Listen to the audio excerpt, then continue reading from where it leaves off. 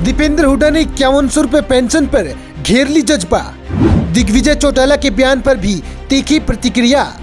कहा 4 साल बाद याद आई कांग्रेस। यमुनानगर में विपक्ष आपके समक्ष कार्यक्रम में सांसद दीपेंद्र हुड्डा ने मंच से जेजेपी पर जमकर निशाना साधा। दीपेंद्र हुड्डा ने दिग्विजय चौटाला के उस बयान पर प्रतिक्रिया दी जिसमें दिग्विजय ने कांग्रेस का जिक्र करते हुए कहा था कि 2019 में वो कांग्रेस के साथ गठबंधन चाहते थे।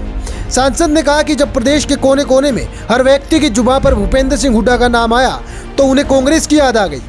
और अब कहते हैं जेजेपी वाले नई याद आई है उनको, 4 साल के बाद याद आई है। मैं देख रहा था बयान जेजेपी के संस्थापकों का, उन्होंने कहा कि हमारा मन था कि हम हुड्डा साहब को समर्थन दें।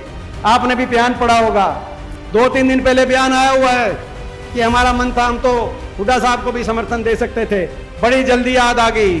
4 साल तक मन की बात मन में थी, मगर जब आज प्रदेश के कोने कोने में हर व्यक्ति के दिल के अंदर हुड्डा साहब का नाम आ गया, हर आदमी की जबान पे हुड्डा साहब का नाम आ गया, तो आपको आज हमारी याद आ गई। तो आज आपको हमारी याद आ गई। इतना ही नहीं, दीपेंद्र हुड्डा ने जजपा को उनके द्वारा किए गए 5100 रुपए की पेंशन जैसे वायदों को लेकर भी घेरा।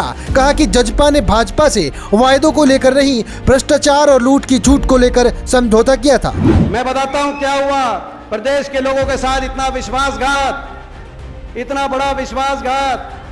लोगों को कहा कि 5100 पेंशन पे समझौता कर रहे हैं। मैं पूछना चाहता हूं, आपको याद होगा वो प्रेस कॉन्फ्रेंस दिल्ली में जेजेपी पार्टी ने कहा 5100 पेंशन पे समझौता हो गया। एक तरफ अमित शाह खड़े थे, दूसरी तरफ खट्टर साहब खड़े थे। मैं आपसे पूछना चाहता हूं बड़े बुजुर्गों से, वो 5100 पेंशन आपकी आ रही है या नहीं आ रही है? 5100 पेंशन का समझौता नहीं था, प्रदेश को लूटने का समझौता था, भ्रष्टाचार की छूट का समझौता था, भ्रष्टाचार के लाइसेंस का समझौता था। और ये केवल हम नहीं कह रहे, प्रदेश का बच्चा कह रहा है। और यहां तक कि बीजेपी के जेजेपी के विधायक कह रहे हैं। नारनौंद के इनके विधायक हैं, दादा गौतम, नाम सुना होगा। दादा गौतम नाम सुना है कि नहीं सुना? दादा गौतम नाम है। हम नहीं कह रहे, वो कह रहे हैं कि प्रदेश की सरकार में ऐसा खोपर बढ़ गया, खोपर एक लाई सारा जीवन लग रहा है, एक लाई जीवन लग रहा है। क्या जीवन है? खुला भ्रष्टाचार। महकमे इस बात के लिए नहीं बांटे गए, ये प्रदेश की वो सरकार है, महकमे इस बात के लिए नहीं बांटे गए कि किस महकमे से कैसे लोगों का काम हो। महकमे इस बात के लिए बांटे गए किस महकमे से ज्यादा मलाई खाई जाए, कैसे प्रदेश को लूटा जाए। माइनिंग का महकमा किसके पास जाए, कैसे यमुनानगर की सड़क साफ और माइनिंग के अंदर हिस्सा हाफ कौन कर रहा है, मुझे बताने की जरूरत नहीं है, आपको पता है क्या खेल चल रहा है यमुनानगर के अंदर।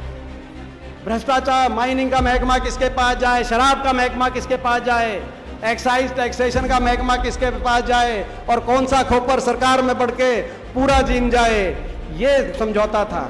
और अब हमारी याद आ रही है, अब हमारी याद आ रही है। जब लोगों ने आपको रिजेक्ट करा तो अब याद आ रही है कि मन था। लेकिन इस विश्वासघात का जवाब, वोट की चोट से लोग विश्वासघात का जवाब देंगे।